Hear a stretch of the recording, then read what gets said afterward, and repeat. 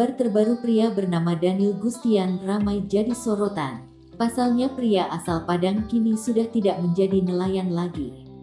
Kehidupannya berubah semenjak menikahi sang pujaan hati yang merupakan bule. Kini ia tinggal bersama istrinya, Clementine, di Prancis. Keduanya menetap di kota Les Sables d'Olonne, Prancis. Bahkan keluarga Clementine menerima baik kehadiran Daniel sebagai anggota baru keluarga mereka. Daniel Gustian dan Clementine menikah di Cindakir RT 1, RU 3, Teluk Kabung Utara, Kecamatan Bungus Teluk Kabung, Kota Padang, Sumatera Barat. Setelah lebih dari 2 tahun menikah, Daniel Gustian kini sudah memiliki profesi baru.